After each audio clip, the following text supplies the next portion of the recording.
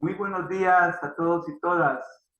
Bienvenidos y bienvenidas a esta red académica de Sociología Médica, sección 05.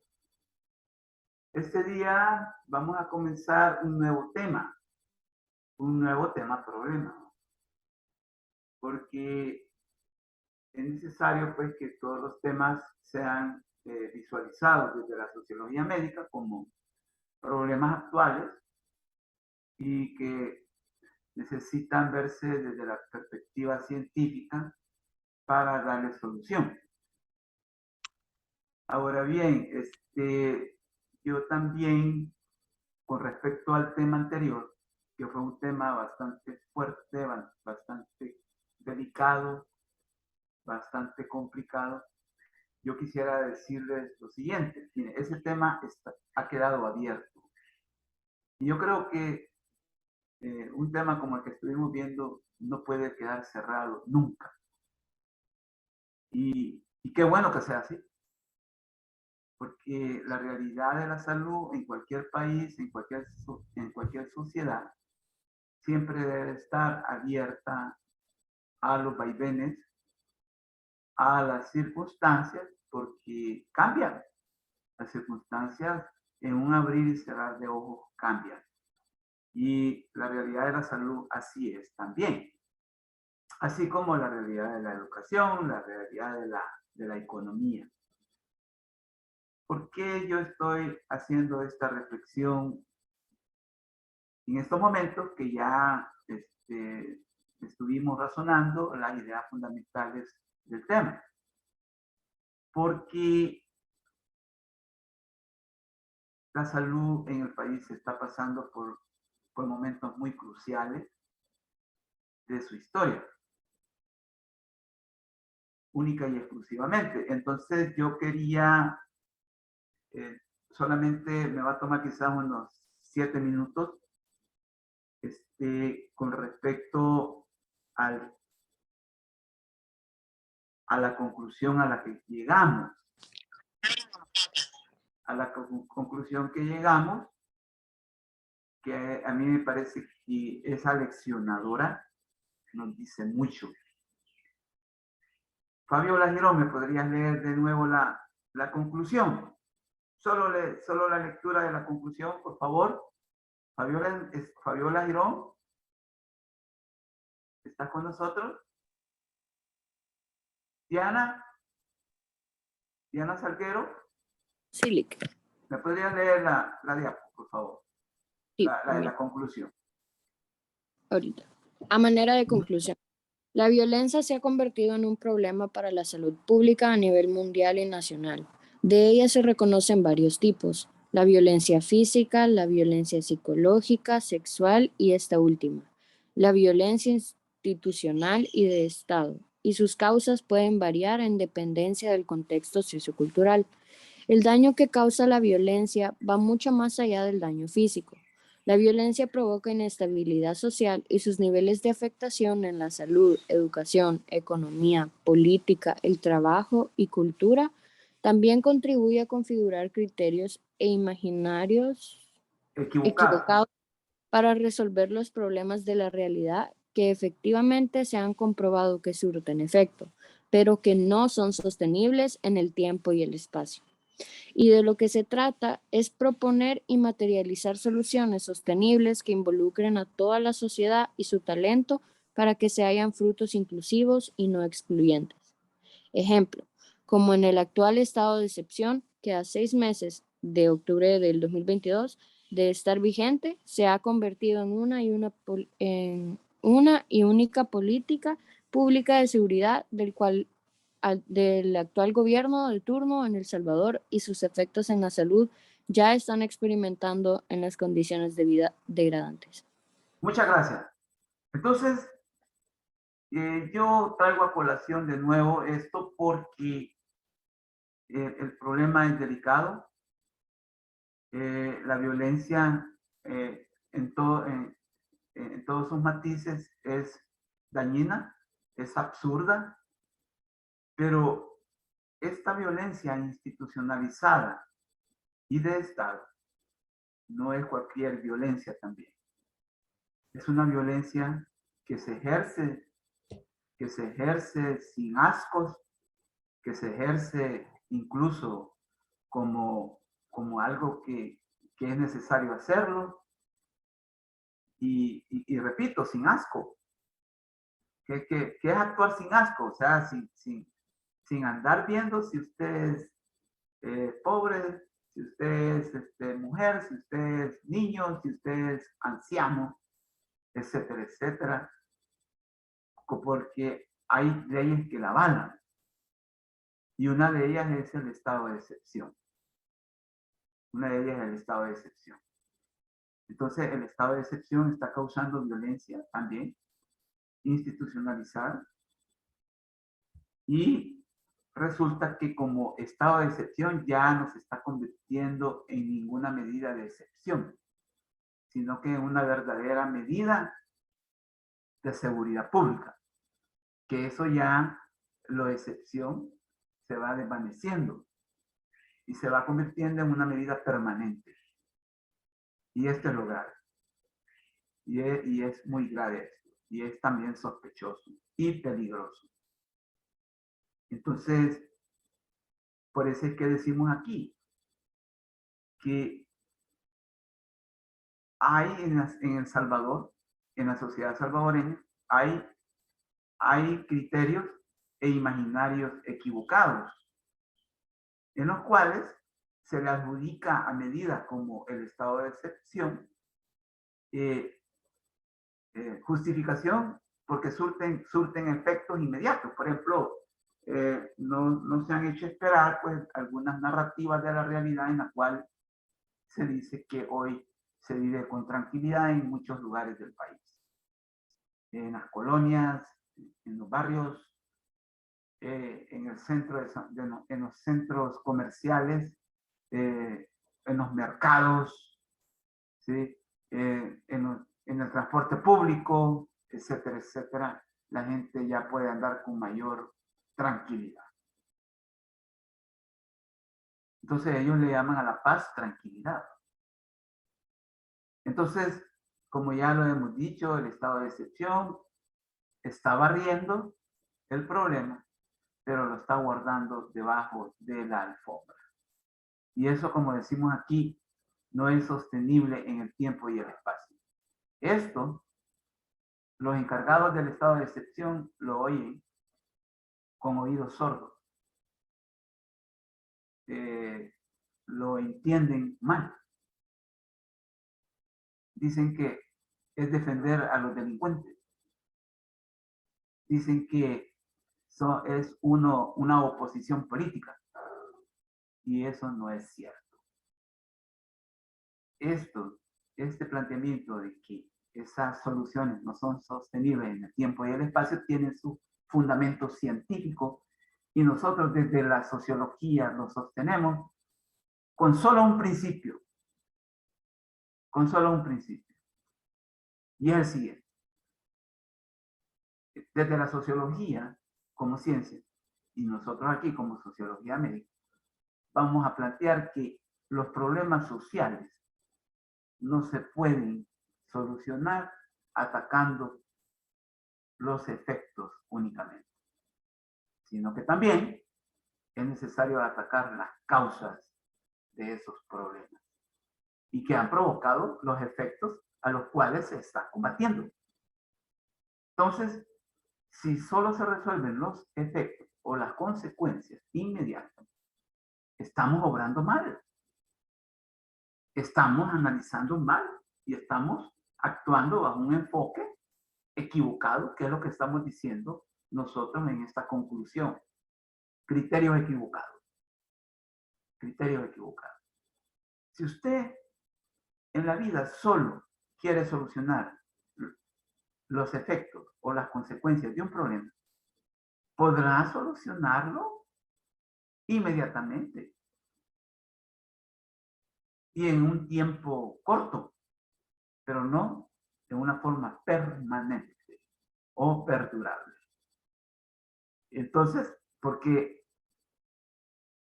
al tiempo que va a perdurar, que va pasando, van a volver las causas que han quedado intactas le van a dar lugar a más y a más y a más eh, características del problema. Y entonces, como las causas han quedado intactas, como una fuente fecunda, el problema se va a volver a manifestar. No sé, quizás dentro de 1 año, 2 años. Y de lo que se trata desde la sociología es que los problemas se solucionen de raíz. De raíz. Resulta que este estado de excepción no está solucionando el problema de raíz, sino que desde las ramas, desde las consecuencias. Por lo tanto, el estado de excepción parece que está acudiendo más y más a la represión y a la violencia institucionalizada. Parece que el problema, esta conclusión hace que la problemática de la salud en El Salvador quede abierta. Y qué bueno que quede abierta, no queda cerrada. Bueno, yo creo que ningún tema en sociología médica lo hemos dejado cerrado. Han quedado abiertos. Y qué bueno que sea así. Así que yo quería hacer esta reflexión, pero inmediatamente quería como pasarles un editorial periodístico serio, sobre la problemática nacional,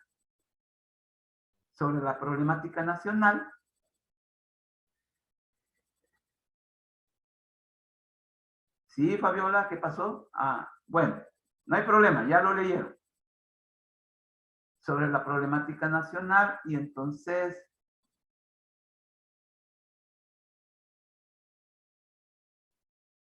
porque resulta que la problemática nacional nos lleva a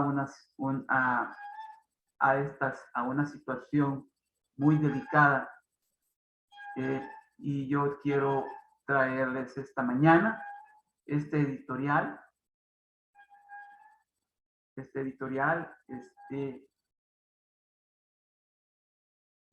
que a mi modo de ver nos va a ilustrar mucho sobre lo que acabo de estar hablando. ¿Pueden ver ustedes acá una imagen donde dice golpe de realidad? ¿La ven? Sí, sí. Ok. Entonces lo voy a compartir para que ustedes, las ideas que en ese editorial escuchen, vean que tienen fundamento también.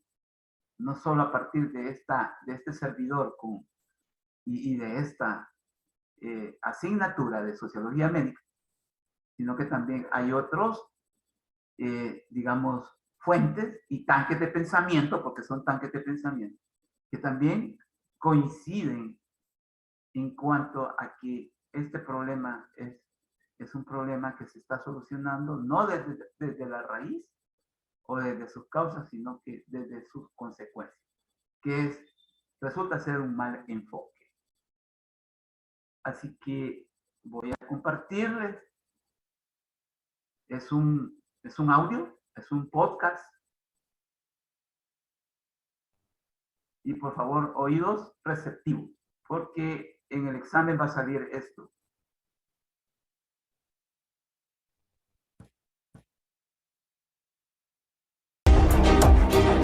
Realidad. El gobierno maneja un doble discurso sobre el Bitcoin. En el país ha silenciado el tema. Los cajeros chivo están en abandono, así como se abandonó a su suerte el Citrams, dejando que muriera solo. Sin embargo, en la escena internacional se sigue alardeando que El Salvador fue el primer país en adoptar el criptoactivo como moneda de curso legal. El 30 de septiembre pasado, Nayib Bukele publicó un artículo de opinión en la revista Bitcoin Magazine en el que afirmó que los ataques a su decisión sobre el Bitcoin provienen de poderes mundiales: los medios de comunicación, los bancos, las ONG, las organizaciones internacionales y casi todos los gobiernos y corporaciones del planeta. Creyéndose centro de la atención universal, Bukele describe a esos supuestos poderes con unas palabras que, en gran medida, aplican para lo que él y los suyos le están haciendo al país. Tienen los ejércitos, los préstamos, el suministro de dinero, las clasificaciones crediticias, las narrativas, la propaganda, las fábricas y el suministro de alimentos. Controlan el comercio y el derecho internacional. Pero su arma más poderosa es el control sobre la verdad, y están dispuestas a luchar, mentir, desprestigiar, destruir, censurar, confiscar, publicar y hacer lo que haga falta para mantener su control sobre la verdad, sobre todo y sobre todos. Para el presidente, los ataques que recibe se deben a que los grandes poderes le tienen miedo, porque su lucha no es solo contra la oposición interna, sino contra el sistema mundial. Y lanza la invitación a visitar El Salvador para constatar que se está convirtiendo en una tierra paradisíaca. Lo que el presidente obvia decir es que, según lo reconfirma la más reciente encuesta del UDOP, la adopción del Bitcoin es la política más impopular, la más criticada y la peor evaluada por la gente. 3/4 partes de la población, 75.6%, no han utilizado el criptoactivo en todo lo que va del año. El 77.1% no quiere que el mandatario siga comprando Bitcoin con dinero público, y más de 2/3, 65.5%, considera que la medida ha sido un fracaso y que por eso la evalúa en una escala de 0 a 10 con una nota de 4.61. En esta tierra que el presidente dibuja como paradisíaca y con una economía en franco crecimiento, 90 de cada 100 sienten que la canasta básica ha aumentado de precio en los últimos 3 meses. 86 de cada 100 perciben que el costo de la vida ha subido algo o mucho.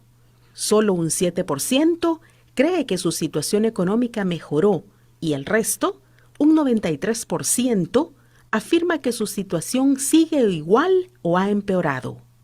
En El Salvador real, el bien más deseado por la población adulta es el empleo digno que se le niega a la mayoría. Y 30 de cada 100 dicen conocer a personas inocentes entre los 50.000 capturados a raíz del régimen de excepción. Por supuesto, Bukele no menciona que su gobierno viola los derechos humanos sistemáticamente. Además, no parece entender que la gente está de acuerdo con que se combata a las pandillas, pero no con los medios que se utilizan. Como muestra la encuesta del UDOP, 2/3 partes de la población rechaza las capturas sin orden judicial. El 73.3% no está de acuerdo con suspender el derecho a la defensa.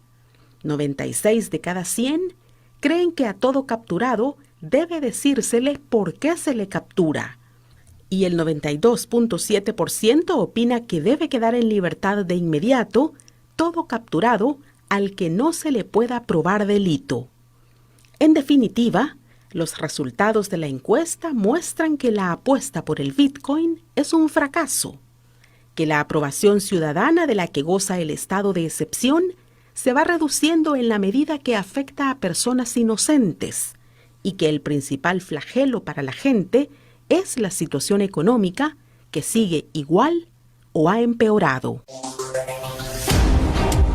Este fue el editor.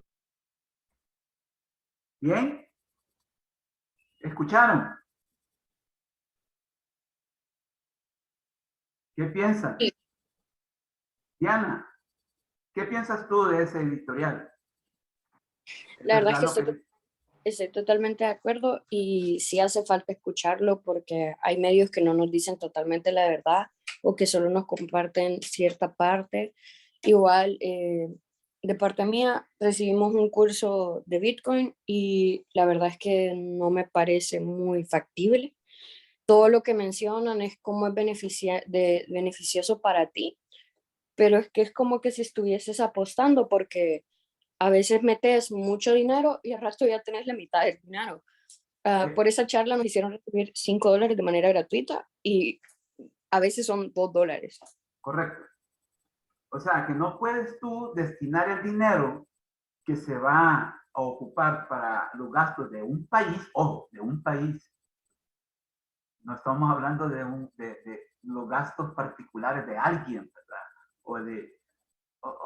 O digamos de una familia. No lo puedes destinar a jugar en un casino. ¿Sí? Y eso es lo que ha hecho este señor con el dinero de todos nosotros. Suyo, el de Fabiola, el de Lisbeth, el mío, el del que va pasando por la esquina en estos momentos. Me parece un verdadero desvarío, una locura de lo que se ha hecho con ese dinero para comprar Bitcoin. Pero miren, en ese audio, ahí está, ha quedado subido en el aula. Va a salir en el parcial. Por eso es que lo he subido. Pero los resultados de la encuesta del JUDOP, o sea, el JUDOP es el Instituto Universitario de Opinión Pública de la UCA. Esas son las siglas. Entonces, en septiembre, o sea, el mes pasado, ellos hicieron una encuesta sobre el Bitcoin, sobre el alza de los precios en la canasta básica y también sobre el estado de excepción. Y esos son los datos que dijo el podcast que arroja. Sí, la gente está de acuerdo que el delito de las pandillas se persiga, pero no en el modo que se está haciendo. Eso es muy importante. Y yo se los he dicho aquí. Yo se los he dicho en la cátedra de Sociología Médica, lo hemos razonado. Y esta fuente que acabamos de escuchar avala también o secunda pues lo que hemos estado diciendo. Así que gracias Diana por tu opinión. Considero pues que tú también tienes una opinión muy realista, muy realista. No, yo siento que no hay ninguna situación de fanatismo también, ¿verdad, Diana? Porque hay gente dura, ¿verdad? Y cuando yo hablo de la gente dura, me refiero a los fanáticos y a los dogmáticos. Pero también quisiera escuchar otras opiniones además de Diana. Pues. ¿Qué dices tú, Lisbeth Pérez? ¿U otro compañero o compañera que quiera opinar? Yo, licenciado. Sí, Daniela Sencente. Sí, bueno, yo estoy completamente de acuerdo con el video porque realmente así como usted dice que no es cuestión de fanatismo, ¿verdad? O sea, es la realidad que estamos viviendo en el país. Y me llamó mucho la atención eso que usted mencionó, que lo del estado de excepción, que en realidad, o sea, yo analizando la situación me he dado cuenta que hasta cierto punto es hasta, se puede decir que es discriminación clasista en algunos aspectos, debido a que, o sea, no es lo mismo ver a un muchacho de Santa Elena que a un muchacho de Soyapango. Correcto. Por lo tanto, o sea, El me de parece Soyapango es completamente delincuente. incorrecto. Correcto. Me parece completamente, no es justo para mí que solo por ser de cierta sección o zona ya lo clasifiquen como un delincuente. Correcto. Entonces, eso para mí está súper mal. Gracias, Daniela. Gracias, Daniela. Daniela ha señalado algo bien importante, que el régimen de excepción, y ahí sí va, es excepción, va, anda exceptuando a la gente también por la apariencia y también por la zona en donde vive. Resulta que los que viven en las zonas marginales, en las zonas populares y en las zonas, por ejemplo, a la orilla de los ríos, a la orilla de las vías del tren, son gente que desde ya son mareros o son delincuentes. Eso no es correcto. Porque, ¿saben por qué? Porque no es cierto. No es cierto. Y entonces, como no es cierto y no es correcto, un régimen de excepción debe de aplicar la investigación como mecanismo para poder proceder a capturar a una persona. Y no a partir de un prejuicio, y no a partir de criterios que más bien se orientan por la imagen de la persona. Y entonces eso nos lleva pues a que llevemos a justos y con pecadores, ¿no? ¿Sí? Y por eso es que al final del documento que acabamos de ver, se habla de que ya la gente está discerniendo, ya está diciendo, ya está matizando de que no están de acuerdo que la gente sea capturada sin decírsele por qué se le va a capturar. Miren, ese es un derecho que usted tiene, por el amor de Dios.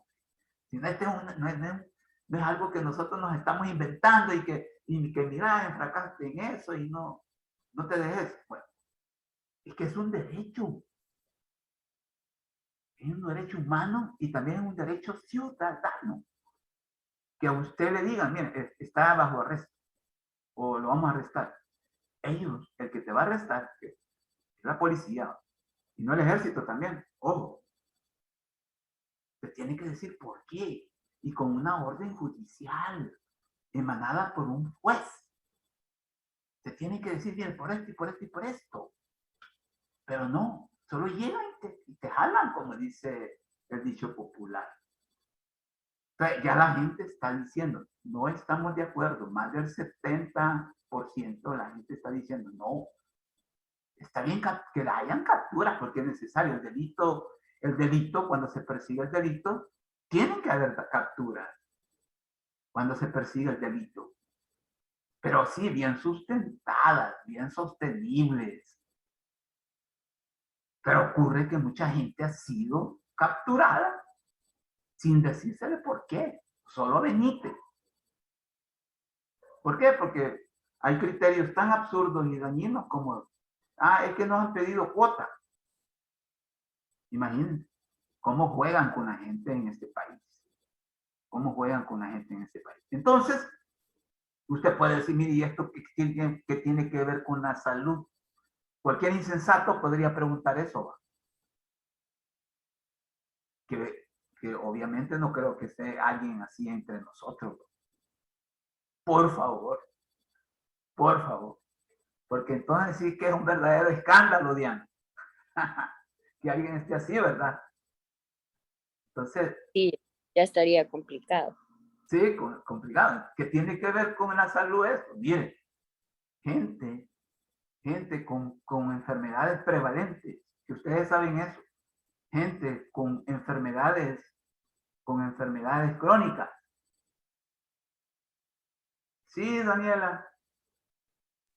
Sí, con respecto a eso, bueno, hubo un caso en el que se hizo famoso, que era un muchacho que tenía una enfermedad del corazón y necesitaba tomar medicina todos los días y la mamá hasta salió en las noticias llorando, diciendo que por favor la dejaran llevarle las medicinas, aunque sea, y no la dejaron. Entonces eso fue algo que impactó bastante en el auge de todo esto.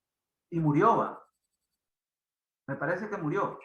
Realmente no estoy segura porque como murieron bastantes por eso Sí. mismo, pero no estoy segura si él murió o sobrevivió. Resulta que mucha gente ha muerto porque no se les dio la medicina y otros porque también ahí los mataron adentro del recinto penal. Entonces, cuando usted lo capturan y lo llevan a un centro penal o a una delegación policíaca, usted está bajo la responsabilidad de la institución que se lo ha llevado preso. Y entonces son los responsables de tu vida. Si para esto no hay que ser jurista, sino que tener ojos, razonamiento y obviamente espíritu ciudadano. Entonces, ¿por qué hay un vínculo con la salud? Pues porque esto está provocando desmanes, esto está provocando daño a la población. Ojo, hay más de 50,000 capturados. 50,000 capturados. O sea, esto está también convirtiéndose en una fuente de enfermedades contagiosas porque los recintos penales no tienen cabida para 50,000 personas. Hay relatos de la gente que ha podido salir, ¿va? Porque se les ha comprobado. Chica, pero ¿a los cuántos meses? ¿A los cuántos meses se les ha comprobado que son inocentes? A los 3, 4 meses. Han perdido los trabajos. Etcétera. Sí, Daniela. Y eso, otra manera en que los ha afectado es que han perdido su trabajo y incluso, bueno, yo tengo una tía que ella reclutaba personas cuando ya y las iban a contratar para los trabajos, ¿verdad? Entonces hubo una en la que le llamaban y le llamaban y al final, o sea, como 3 meses después llegó el pobre señor y le dijo, no, fíjese, es que a mí me capturaron. Y entonces, por eso, las políticas de la empresa ya no lo podían contratar. A pesar de que él cumplía con todos los requisitos, él era profesional, tenía experiencia, entonces eso es bien feo. Correcto. Entonces dañan también la vida de la gente. Y eso también es todavía más grave. Porque no hay, ojo, cuando el Estado te daña de esa forma, Daniela y demás compañeros y compañeras, el Estado está obligado a indemnizarte. Y ocurre que en este país no indemnizan a nadie. Vaya a ser un militar, vaya a ser un rico de este país, ahí sí. Ahí sí hay indemnización. Pero como fue Pedro, como fue Carlos, no hay ninguna indemnización y ellos nada más, miren, hacen eso. ¿Sí? Ya comprobamos que no la debes, andate para tu casa. Así por así. Entonces, estamos bien graves en este país. Y ese podcast que acaban de escuchar es revelador de lo que nosotros estamos diciendo. No son inventos de la asignatura, por favor. Y hay que estar, como dicen, lúcidos y vigilantes. Lúcidos y vigilantes. Porque ustedes son jóvenes también. Y en esa población que han capturado hay muchos jóvenes. Hay muchos jóvenes que no la deben. Hay muchos jóvenes que no la deben. Y miren, y aquí estamos hemos llegado en realidad al cinismo extremo que ellos dicen, es que si usted no la debe, no la teme, no tema. ¿Cómo es eso? ¿Cómo es eso que no la vas a temer si te llevan a partir de prejuicios, a partir de criterios absurdos? ¿Cómo la gente no va a tener temor de encontrarse con un retén si te llevan a partir de esos prejuicios, a partir de esos criterios absurdos? Y ahí no se vale esa dinámica de que nadie la debe, nada teme. Y más cuando tenemos también un sistema judicial que no tiene independencia. En El Salvador no hay independencia judicial. O sea que los jueces absuelven y condenan, y más que todo están condenando de acuerdo al libreto de casa presidencial que les envía. Y eso, ahí está la violencia institucionalizada. Entonces, hay que estar lúcidos y vigilantes, ¿sí? Porque repito, nosotros somos ciudadanos y hay que tener mucho cuidado también, pues, porque nos puede victimizar también el proceso, este proceso del cual nosotros estamos analizando. Entonces, no sé si hay alguna otra opinión, algún testimonio como el que nos ha compartido Daniela, te agradezco, Daniela. Sí, Diana. Sí. Yo durante el tiempo que estuvieron capturando personas estuve leyendo un caso de un joven que él rescataba perros y estaba tatuado. Entonces, él en ese momento estaba repartiendo comida para los perros y lo agarró la policía y le dijo, ¿usted es marero? Y él le dice, no, hombre, ¿qué dice? Mis tatuajes son mis perros, son perros que yo he rescatado. Hasta les mostró las fotos y todo. Y lo único que le dijeron, vaya, está bien, pero présteme su DUI y se lo rompieron. Entonces, eso sí, me pareció una falta de respeto y pues siento que es un incumplimiento de la ley, pues Correcto. no tienen Correcto. ese tipo de derecho. Así es, así tratan al salvadoreño común, al ciudadano común. Y eso no se vale. Eso no se vale. Miren, como sociedad estamos bien enfermos también, porque mucha gente avala esos procedimientos, Diana, y demás compañeros y compañeras. Hemos llegado a actitudes sadistas, sádicos, que avalamos los procedimientos brutales, los procedimientos violentos. ¿Y eso qué es lo que hace en la gente o en el ser humano? Resentimiento. Porque esa gente que han capturado va a salir un día de estos.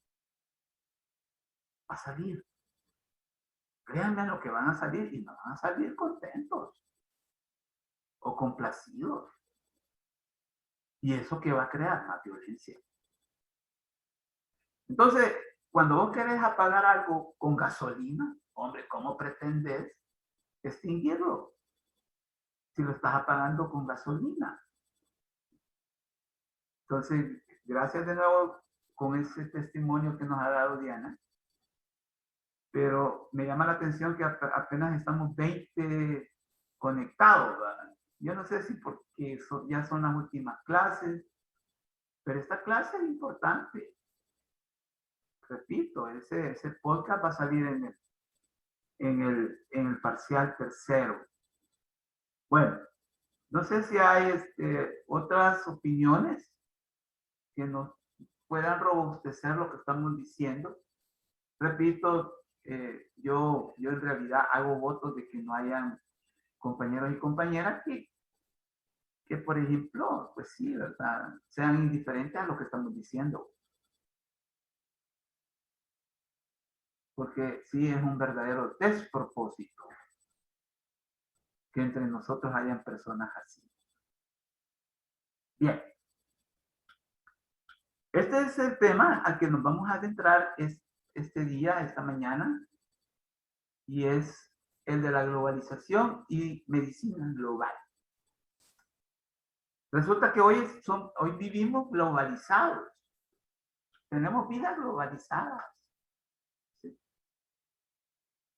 Resulta que hoy, pues, el desarrollo inusitado de las TIC, o sea, de las técnicas de la investigación y la comunicación, han hecho que nosotros estemos conectados consciente o inconscientemente. ¿Por qué digo esto? Por ejemplo, esta clase ahorita la pueden estar viendo hoy. Bueno, con solo compartir el link, que ustedes también le hicieron clic, podría estar alguien viéndonos allá en Australia ahorita, al otro lado del mundo. Bien podría alguien estar viendo esta clase, o incluso, aunque no les compartamos el link, como esta clase, yo para poderla compartir en el aula virtual lo tengo que hacer público. ¿Sabían ustedes eso? Porque yo si la subo privada, no se podría ver. Solo yo podría verla. Y ocurre que si algo nos piden a nosotros como video, evidencia de la clase, es precisamente la clase en video, virtual. Entonces, tenemos vida globalizada desde hace 30 años para acá. De allá por la década de los 90 comenzó ya esta ola, muchos le llaman huracán, ¿va? El huracán de la globalización que nos ha abarcado ya completamente. Y hoy con el COVID, mucho más, ¿va?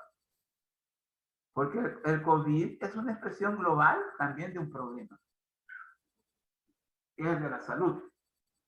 Cómo un problema de salud se vuelve global también. Y el COVID es revelador en ese sentido. Es revelador. Entonces, por eso es que el ánimo de este problema-tema o tema-problema es que hacer conciencia que también no solo la economía, no solo la política, no solo la educación, no solo la cultura, no solo la ideología, se globaliza, también la salud. La salud también es un tema y un problema global también. Con esta pequeña introducción verbal que les he hecho, pues vamos pues a ver ya el problema en su verdadera dimensión. Resulta que esto de la globalización es una categoría de análisis. Para nosotros en sociología médica se convierte en una verdadera categoría de análisis.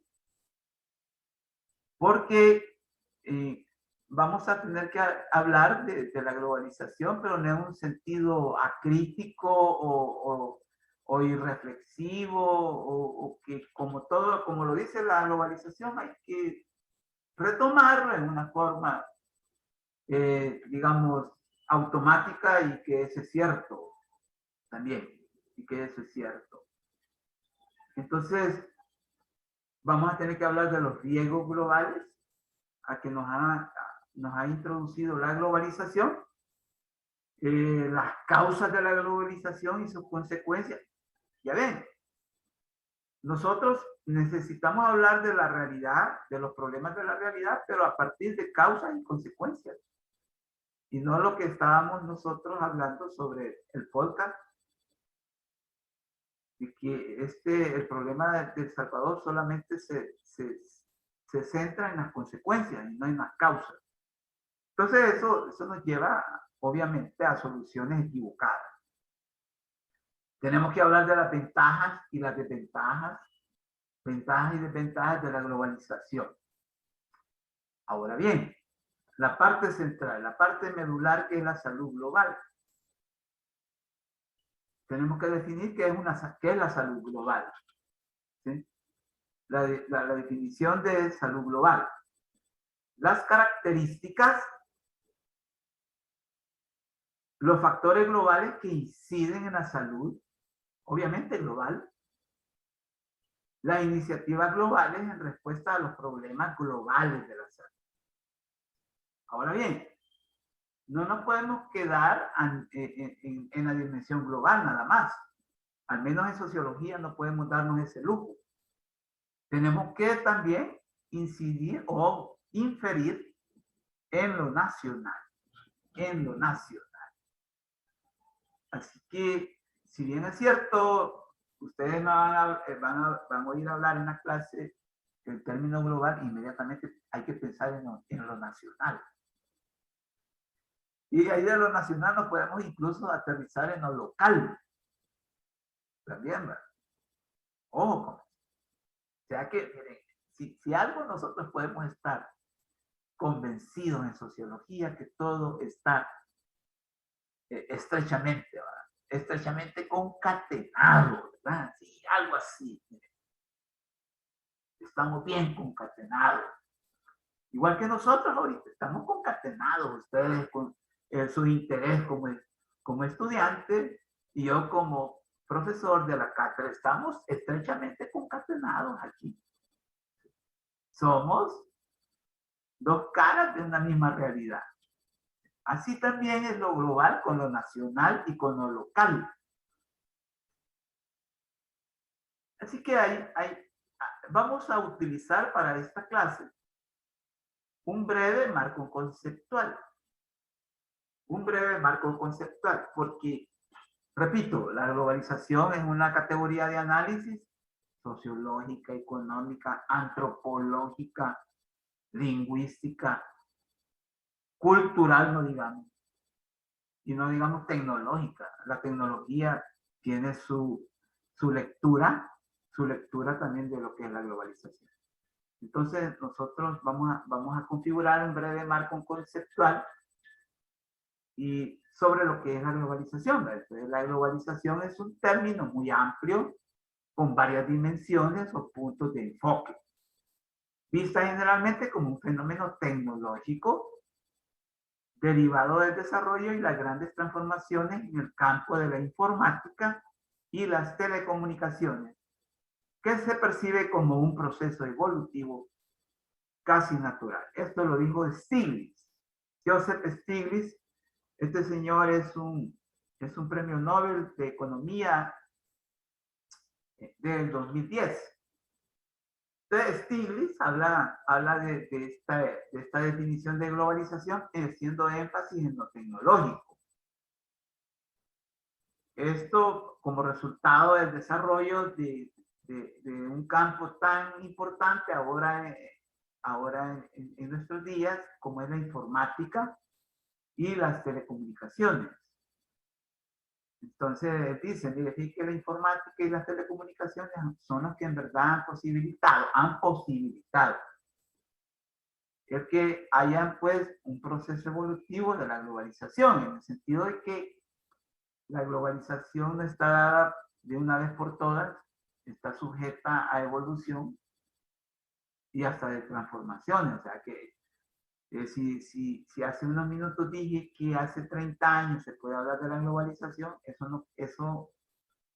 no nos puede anclar en el sentido de que la globalización, tal y como apareció en 1990, como mojón, es la misma globalización de hoy en día. No es cierto.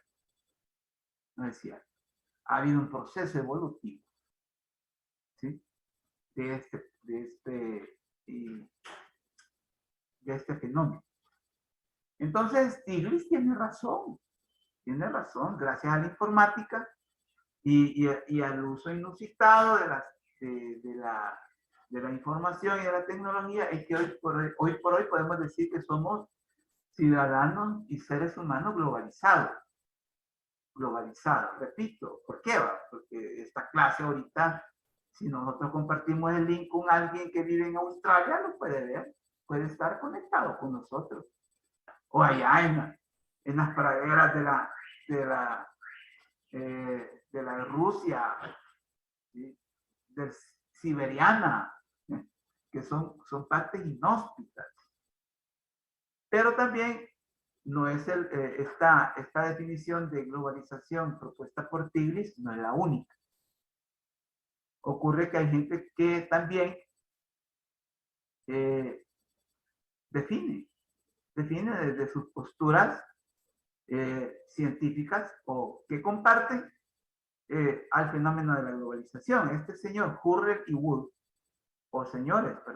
Hurrell y Wood, también ven el fenómeno de la globalización como un proceso de desarrollo económico, político y social interrelacionados con interacción global, que toma espacio en varias esferas: el capital, el mercado, las personas, las ideas, los valores morales, los estilos de vida difundidos a través de las fronteras de los países.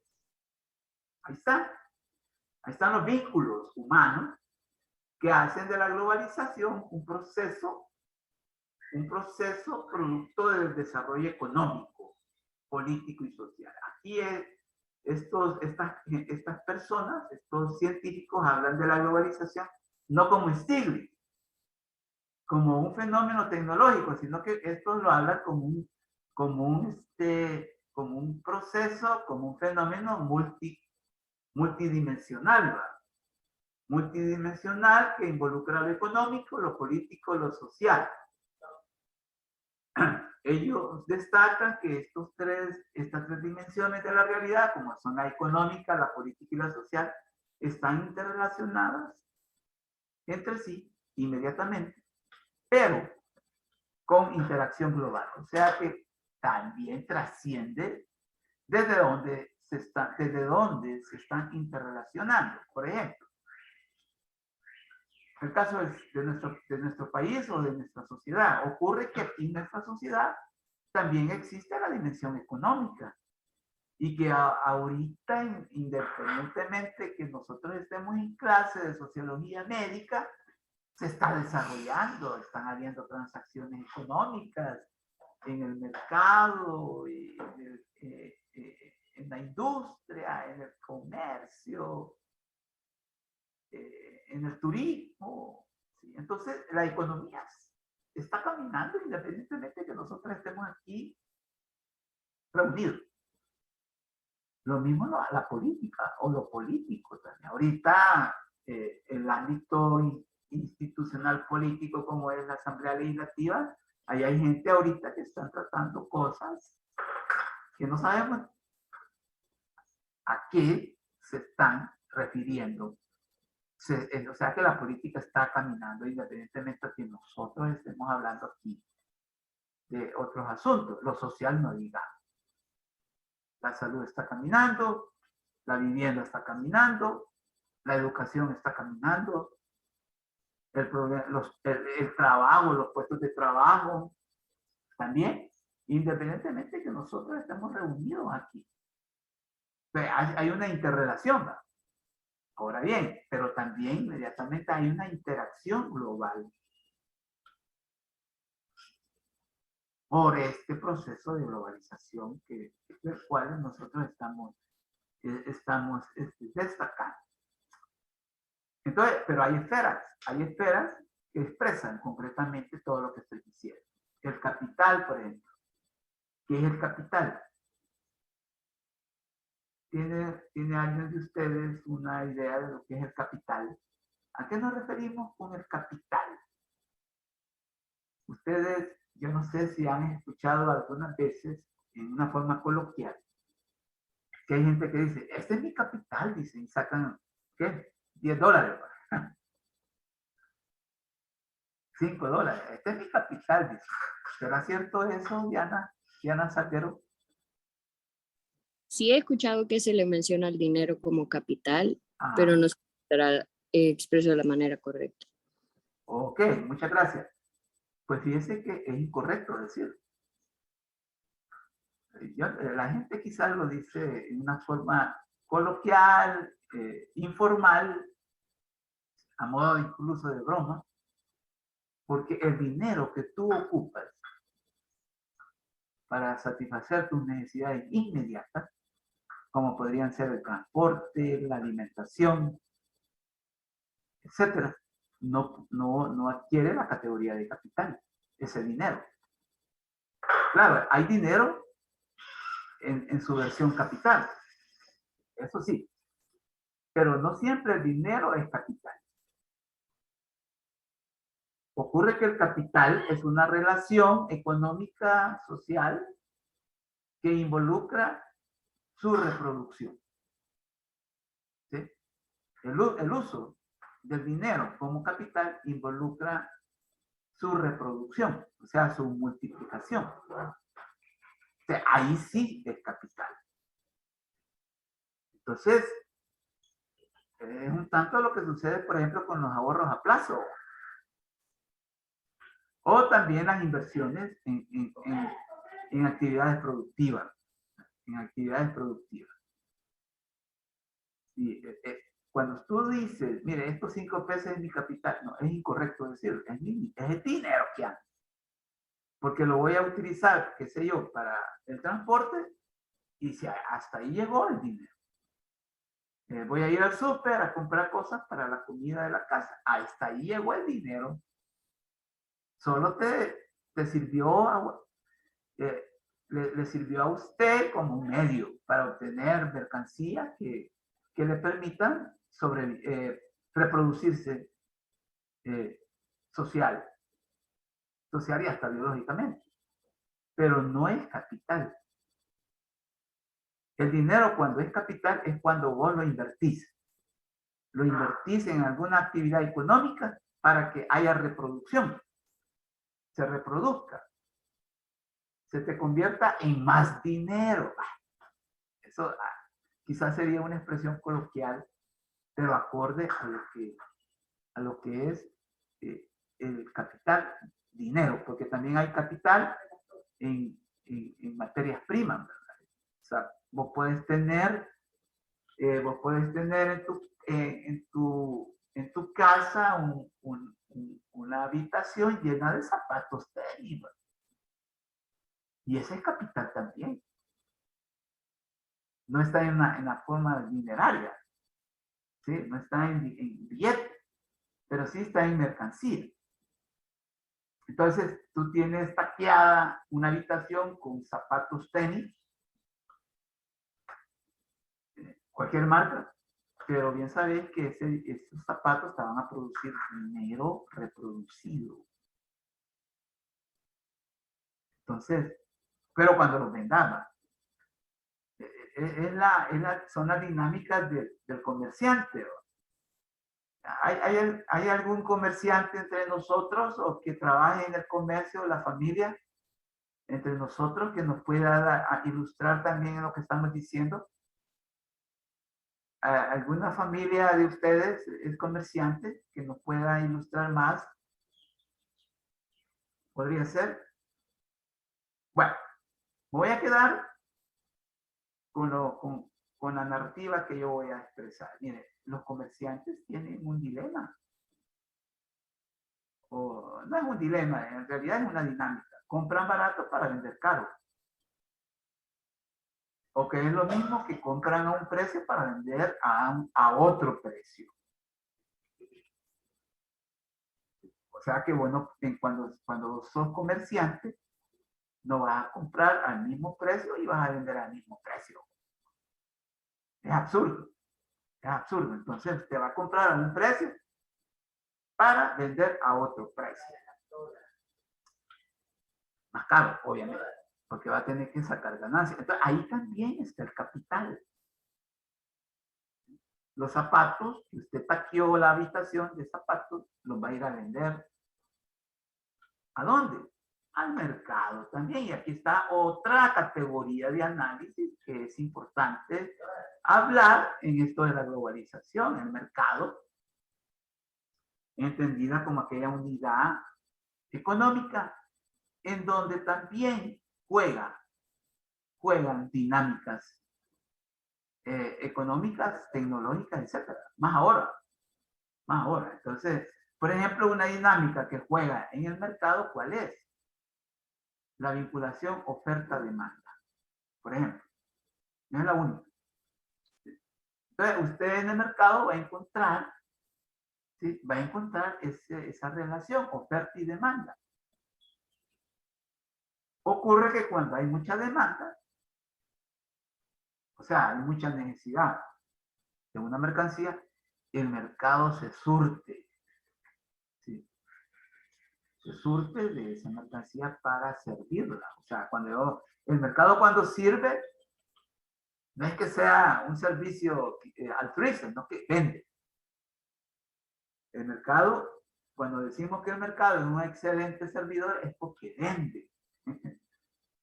Es porque vende, no es que en una forma bondadosa sirva, sino que porque vende, acomoda el lugar, vende.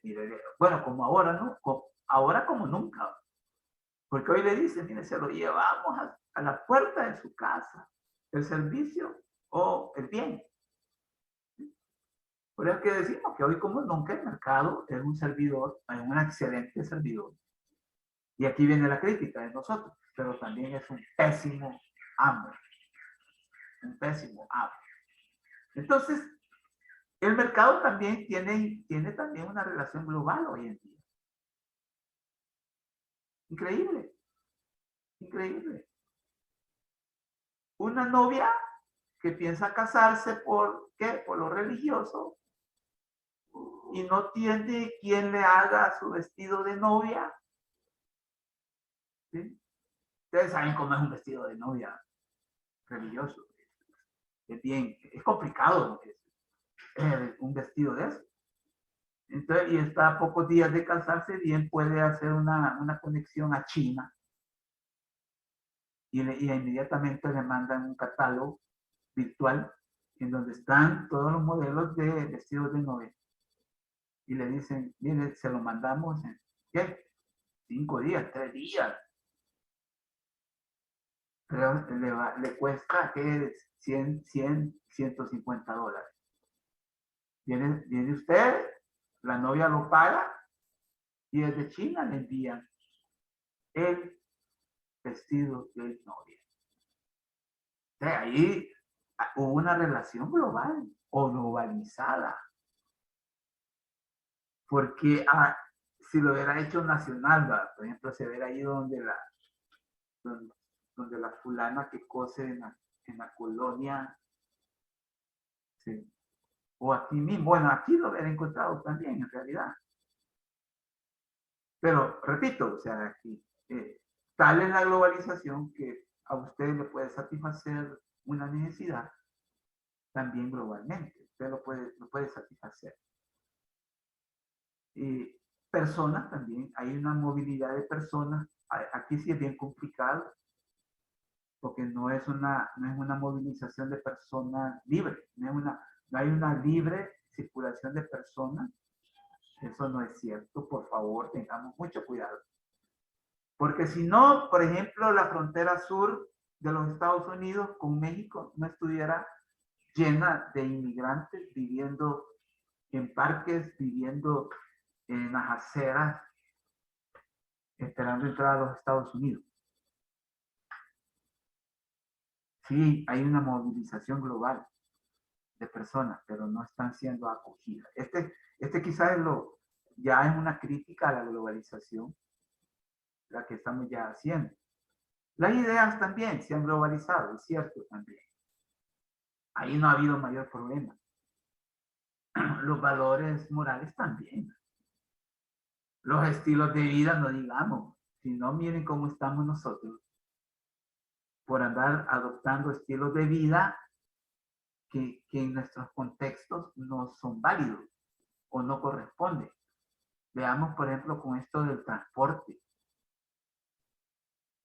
Ustedes ya se dieron cuenta que el transporte es un verdadero problema también, no solo para los que tienen carro, sino para los que andan a pata o a tierra. No se han fijado ustedes en eso. Y hoy dice uno, mire, fíjense que tengo que estar en la universidad a las 10. No sé si ustedes hacen esa estimación. Tienen un laboratorio presencial a las 10. Ocurre que hace unos 5 años uno podía decir, mira, no voy a ir 1 hora antes. Yo lo hacía. Hace como unos 5 años. Y llegaba a tiempo, porque me tardaba 45 minutos, a veces menos, pero ahora no. Si a las 10 tengo una actividad y ando en bus, tengo que irme por lo menos 2 horas antes. 2 horas antes, porque hay mucho parque vehicular.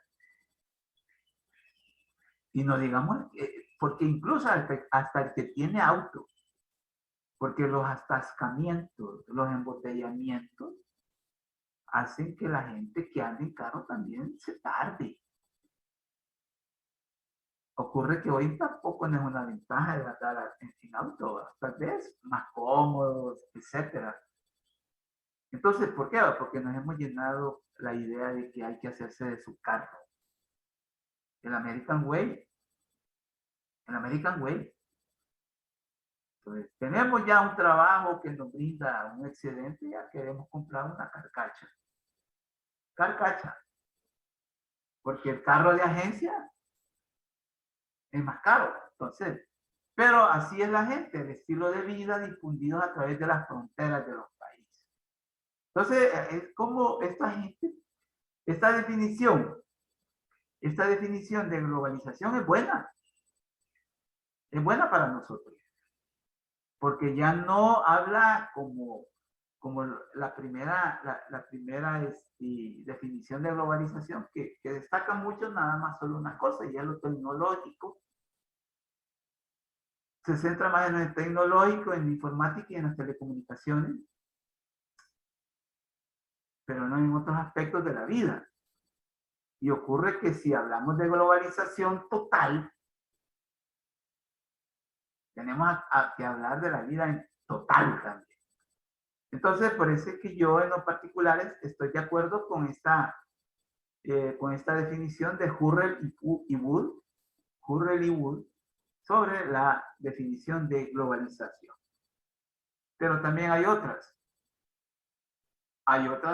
definiciones de globalización. El de Chomsky.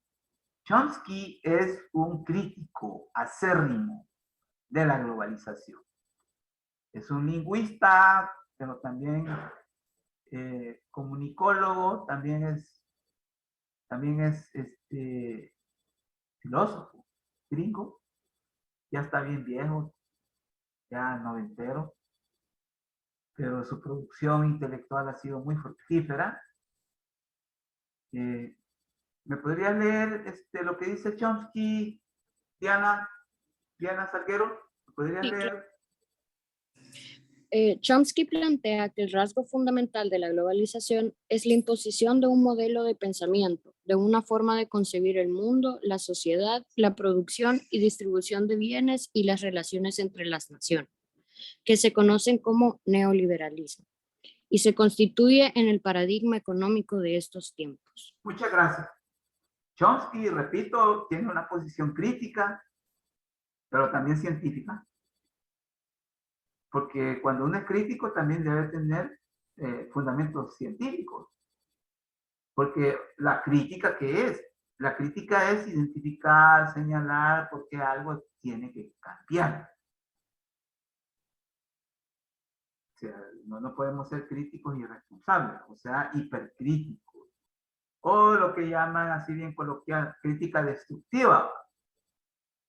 Chomsky, desde su posición científica, dice esto. ¿Y qué es lo que nos debe de llamar la atención con Chomsky, que habla de la imposición? Esto es muy importante. A diferencia de los demás, aquí ya Chomsky es más crítico, incluso, porque dice que habla de una imposición. Y ustedes saben que una imposición es algo que se impone por distintas maneras, por distintas formas. Puede ser sutil, pero también puede ser por la fuerza también.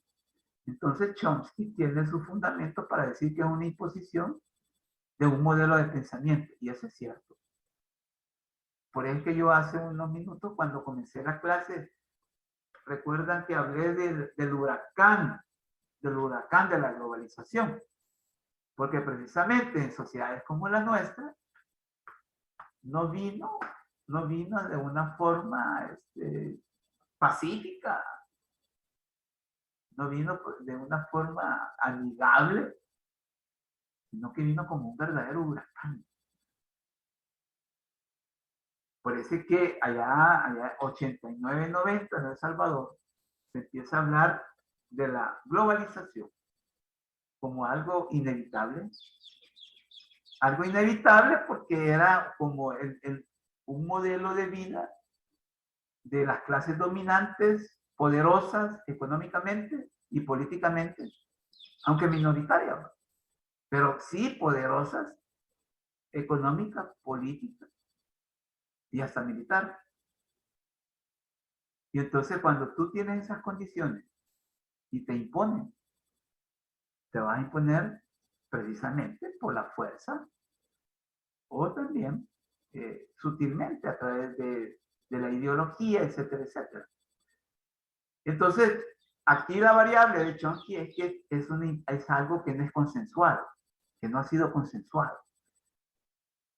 Por lo tanto, ha sido una imposición de un modelo de pensamiento.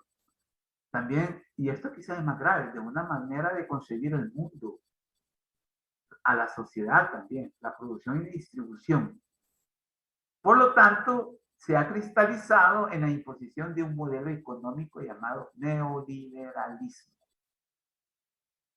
como el paradigma económico que hoy por hoy todavía prevalece en El Salvador y va a seguir prevaleciendo, incluso con este gobierno que tenemos. Yo en lo particular, como sociólogo, he estado en contra del neoliberalismo. He sido un flagrante crítico del neoliberalismo porque es el que nos tiene también más pobres. Es el que nos ha empobrecido más como sociedad, el neoliberalismo.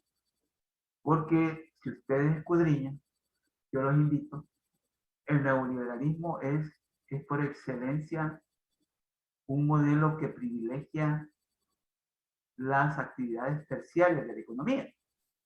Es más, se basa en las actividades terciarias de la economía. ¿Y cuáles son las actividades terciarias de la economía? Turismo, finanzas, comercio, transporte, telefonía. Son como cinco actividades que privilegian. Y es un modelo que se basa precisamente en ese tipo de actividades. Pero ¿a dónde está el problema? Que estas actividades que yo he mencionado no producen suficientes empleos. ¿Qué necesita una sociedad como la salvadoreña? Turismo. En El Salvador, es cierto, es una actividad fuerte, pero no produce los empleos necesarios y suficientes. El comercio también. El sector financiero no da trabajo suficiente. El transporte, la telefonía, todas actividades como esas no dan trabajo suficiente. Y por eso es que mucha gente no encuentra trabajo y se dedican a la informalidad. Porque estas 5 actividades son las privilegiadas. No así la industria, y la agricultura que en sociedades como las nuestras sí podrían o pueden satisfacer las necesidades de empleo de la población, pero son las menos desarrolladas por este modelo económico neoliberal. Entonces, por eso, sí, solo sí, nosotros desde la sociología no, estamos en contra de un modelo económico de esta naturaleza. Nosotros le apostamos por un modelo económico que privilegie el sector primario, secundario y terciario. El sector primario, que es la industria, el sector secundario, que es la agricultura, y también el terciario, si no nos da empacho también que el sector terciario también se articule. Pero ya cuando privilegiamos nada más a un sector, ahí sí estamos ya en un problema. Y ya lo dije, ¿por qué? Y esto yo lo puedo sostener. Claro, hay economistas y hasta sociólogos también que dicen que no, que está bien, que el neoliberalismo. Pero la historia es quizás porque ya hay una historia inmediata económica del neoliberalismo en los distintos países. Y uno de ellos es El Salvador. Desde 1990 hasta la fecha, ¿a cuántos años han pasado? 30, más de 30 años. Más de 30 años. Entonces hay mucha agua pasada bajo el puente. Y El Salvador Y saben cómo se comprueba que el modelo neoliberal no les sirve a la sociedad salvadoreña. Cuando vemos los niveles de crecimiento económico. El Salvador, desde 1996, no pasa de crecer a un ritmo del 2.5%. Y así va a ocurrir este año. Vamos a crecer al 2.5%. Y con este gobierno, que dice, como decía el podcast, ¿verdad? Bukele dice que estamos en un firme crecimiento. Solo que no dice.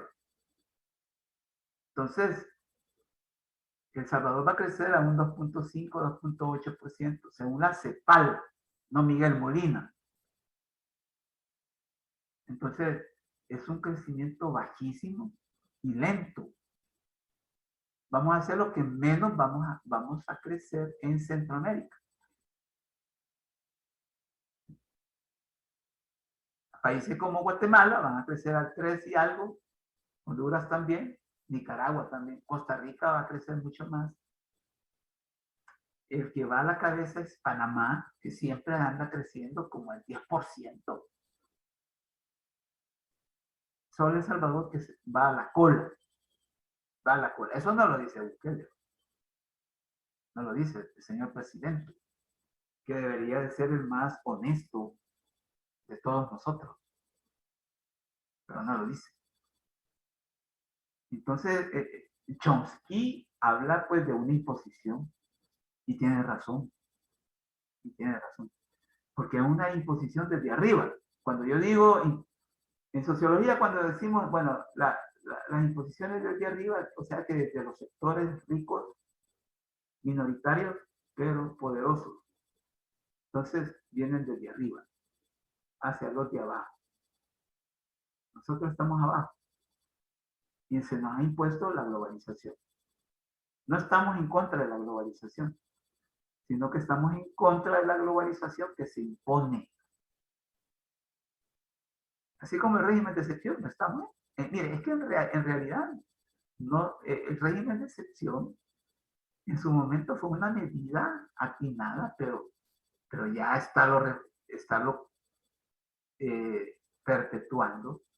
Mire, esto ya me huele mal, ya me huele a medida que permanente de seguridad. Entonces, ¿por qué no dicen, mire, que ya, este ya es nuestro modelo de seguridad? ¿Por qué no lo dicen? Entonces, algo así también con la globalización, ¿verdad?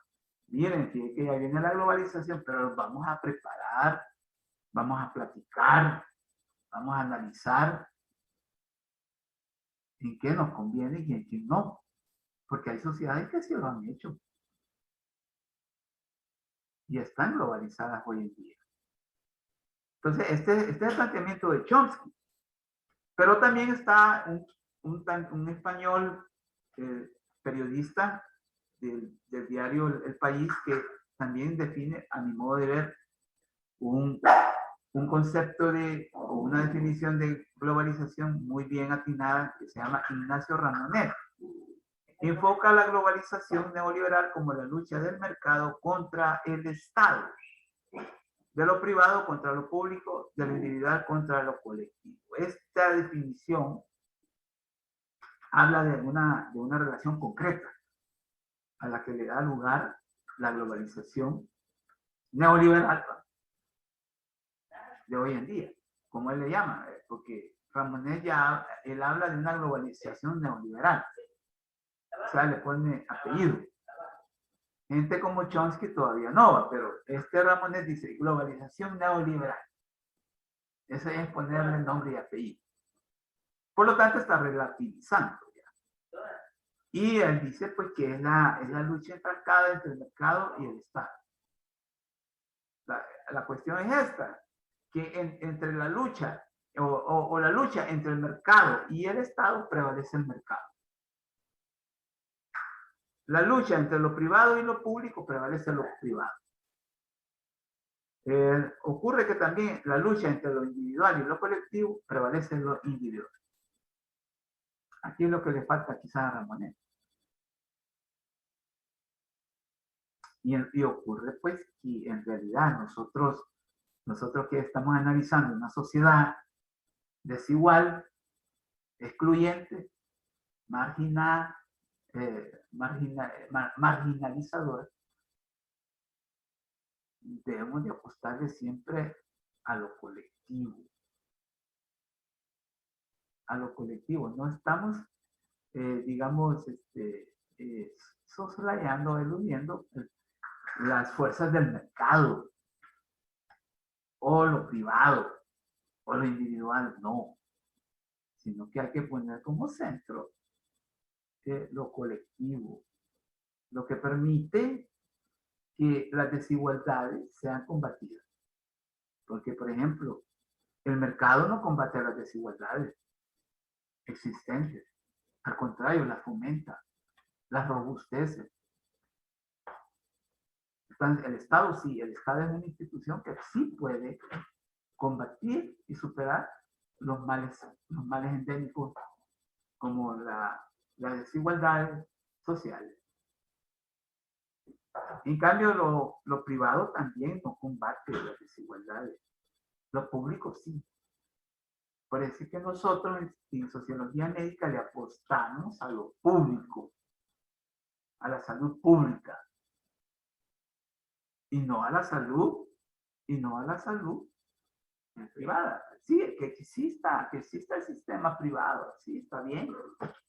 Ya lo hemos dicho aquí nosotros en esta clase, pero lo público es primordial. Lo público es primordial. Y ante lo individual y lo colectivo también. Lo colectivo. Un aspecto bien sencillo, porque a mí me importa mucho que ustedes trabajen en grupo. Los que trabajan en grupo han salido muy bien en la asignatura. ¿O no lo han podido comprobar ustedes? ¿Sí? Los que han querido trabajar individuales les ha ido mal. Ojo con un aspecto muy sencillo, muy sencillo. No sé si hay alguna duda, alguna pregunta con esto de la globalización.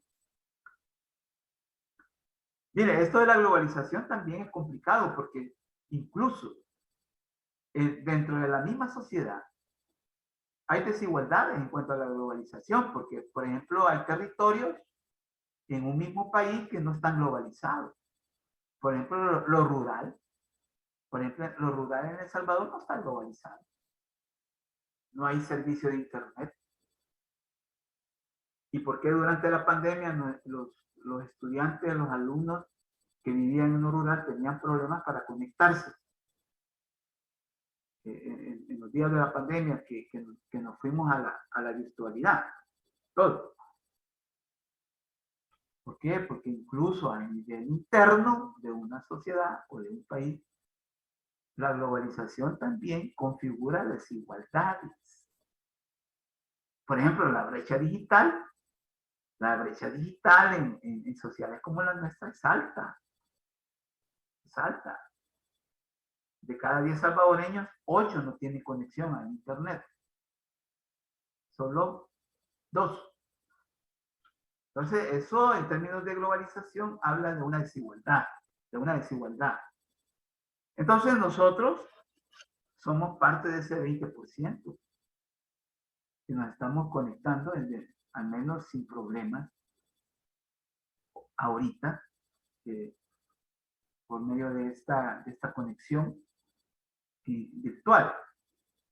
Entonces, vean, esto de la globalización es bien complicado también. Es bien complicado. No sé si ustedes individualmente se sienten excluidos de la globalización. Preguntaría.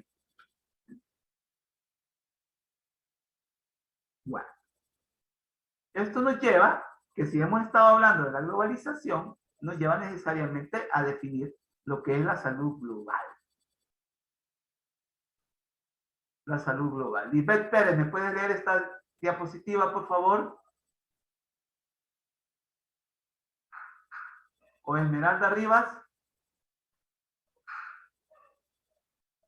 Sí, con el término de salud global nos referimos a cualquier tema, problema de salud que concierne a dos o más países o es afectado por determinantes transnacionales.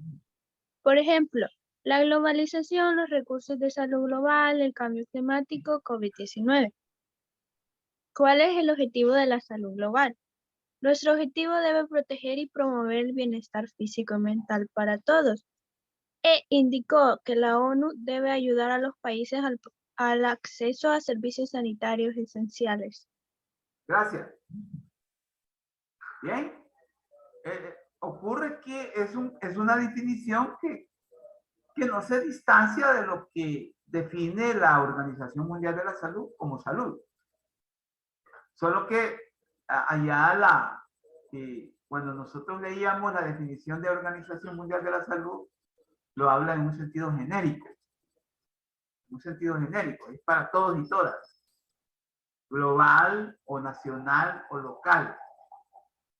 Que es el estado mental, físico, social, estado de bienestar, el estado de bienestar. Eso lo dice la Organización Mundial de la Salud.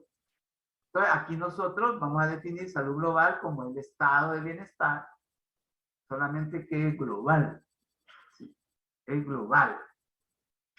Como objetivo, ese es uno de los objetivos, lograr el bienestar. El bienestar. El bienestar físico y mental para todos, como dijo la compañera. Ahora bien, el término salud global se refiere a problemas o cualquier tema de salud que involucre a dos o más países o afectados, ¿sí? Por determinantes transnacionales, como ha ocurrido con el COVID.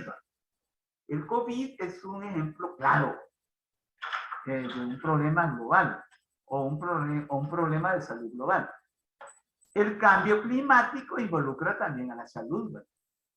Porque ¿cuántos vamos a estar afectados dentro de unos años, por qué no meses, por el cambio climático en cuanto a nuestra salud? Ocurre que el cambio climático también no solo está afectando a la economía, a la infraestructura, ahí involucro a la vivienda, sino que también a la salud. A la salud. Entonces, este va a ser como la definición de salud global que nosotros vamos a manejar en esta clase. En esta clase. Pero podemos también, en una forma, digamos, creativa, definir qué es salud pública y global. La salud pública global es, pues, un bien público global, basado en un nuevo valor público propio de la época reciente, centrado en los derechos humanos y en una filosofía solidaria, política y ética. Bien, hay también salud pública global. O sea que, por ejemplo, si usted, por alguna razón, tiene un problema de salud en México, por ejemplo, en México, pero cuando usted llegue a un centro hospitalario en México y vean que es salvadoreño o salvadoreño, no le tienen que negar los servicios, ¿sí?, de salud o sanitarios. No se los tienen que negar por ninguna razón. ¿Por qué? Porque esto de la salud pública y global está centrado en los derechos humanos. Y el derecho humano a la salud es un derecho universal. Y no de unos pocos. Bien. La salud, enfermedad como fenómenos globales también. O sea, la relación salud-enfermedad. El coronavirus o COVID-19. Este es un ejemplo para poder ilustrar la relación salud-enfermedad. Salud-enfermedad, como ustedes lo hicieron en el primer foro, ¿se acuerdan? En el primer foro ustedes plantearon o trataron la relación salud-enfermedad. O ya no se acuerdan del foro 1. Entonces, vamos a recordar un tanto lo que dijimos en ese foro. Nada más que hoy en un sentido global. El COVID, un problema de salud global.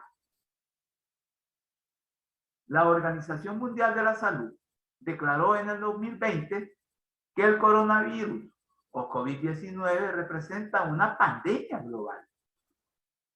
Es la última pandemia de las que han ido apareciendo a lo largo de las últimas décadas con repercusiones globales de salud.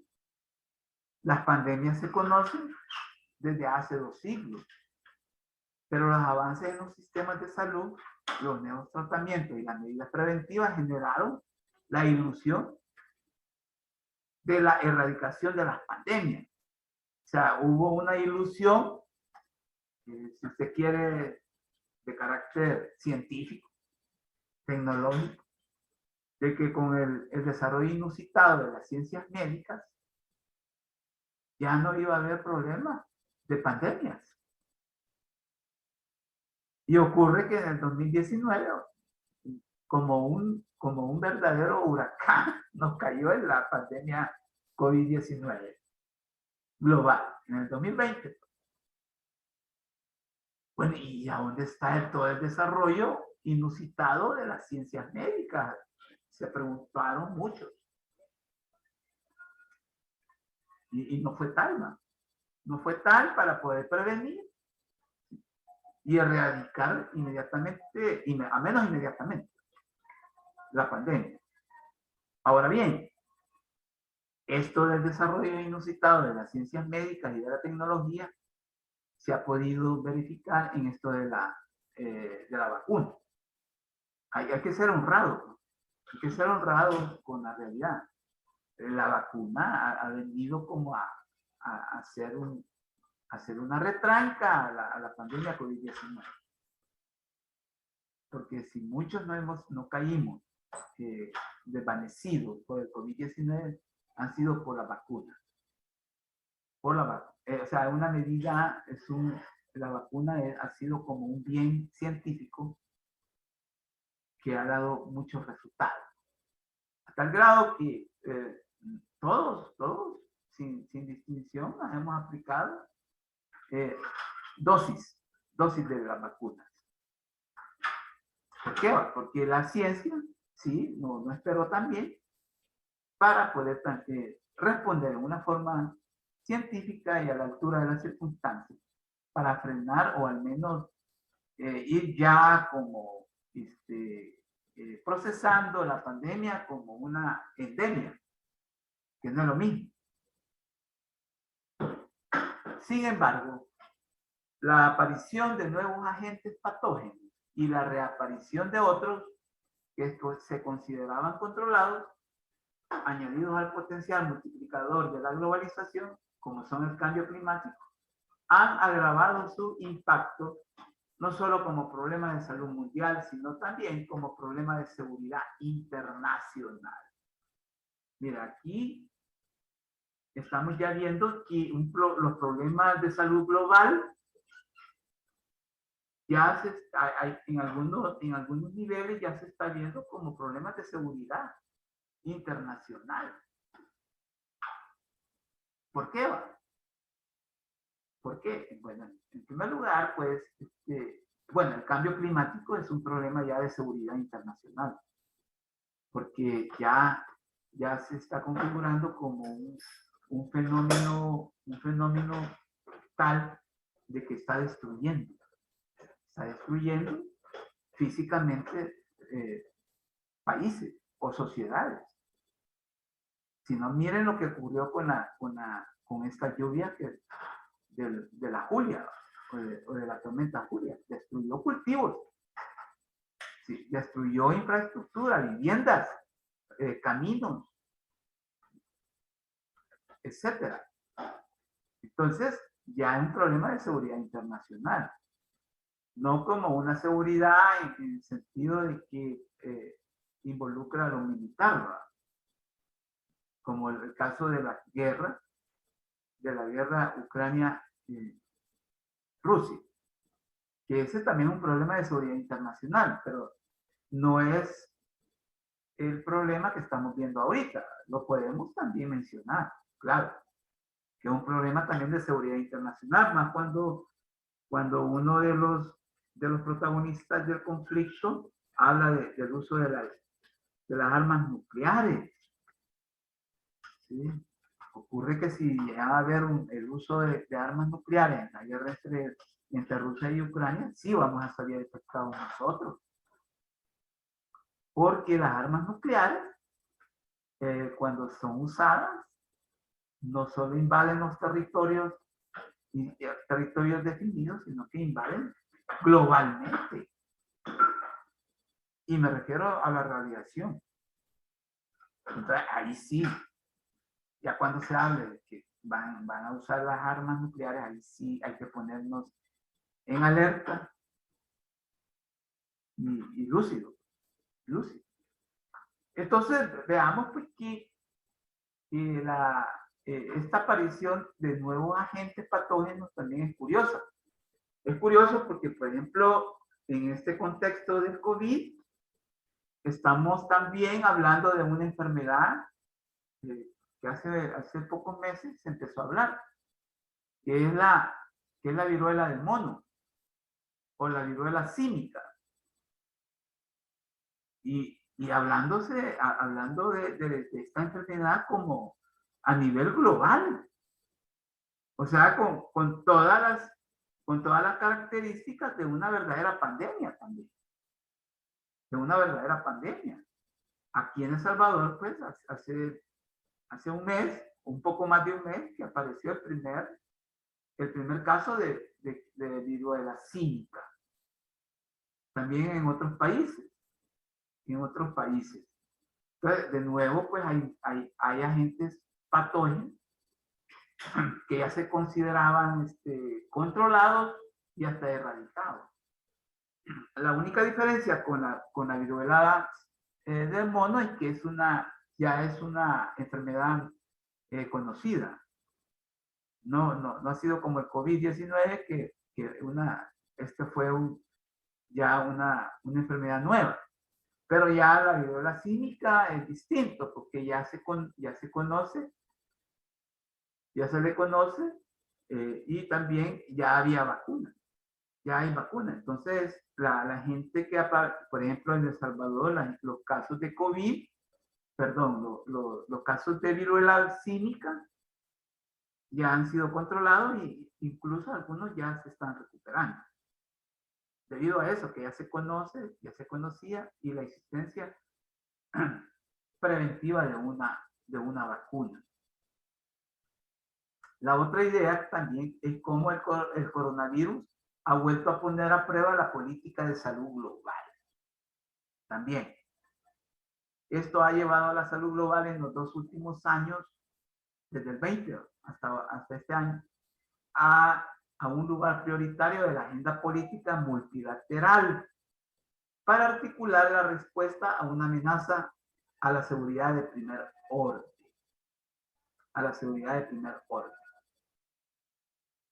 De nuevo, ya la variable seguridad se va vinculando a esto de lo global. Y vemos pues que también el COVID ya se considera como un problema de seguridad internacional. Y también forma parte necesaria de un punto de agenda necesario en toda agenda política multilateral, llámese la Organización Mundial de la Salud, llámese la Organización de las Naciones Unidas, llámese el Fondo Monetario Internacional, llámese el Banco Mundial, que si ustedes escudriñan en Internet, ellos necesariamente se están refiriendo al COVID-19. Nada menos ayer me enviaron me cayó un documento del Banco Mundial que habla sobre la educación. Y resulta que si algo ha transformado el COVID-19 es a la educación. Pero la ha transformado para atrás o regresivamente. Entonces, es complicado cómo el COVID ha transformado a la educación. Y entonces el mercado mundial y la CEPAL también ha hecho análisis, ha hecho estudios muy importantes. Si ustedes quieren, yo se los puedo compartir, sobre el problema que nos ha dejado el COVID-19 en la educación. En la educación. No es lo mismo con la salud. Con la salud. Así que es todo lo que yo esta mañana les quería plantear, hoy por hoy, con este tema. Hemos llegado a las 8:40 y si no hay alguna consulta, alguna pregunta, alguna inquietud, vamos a llegar hasta aquí con el tema y con la clase. ¿De acuerdo? Muy pocos se están conectando, no sé por qué.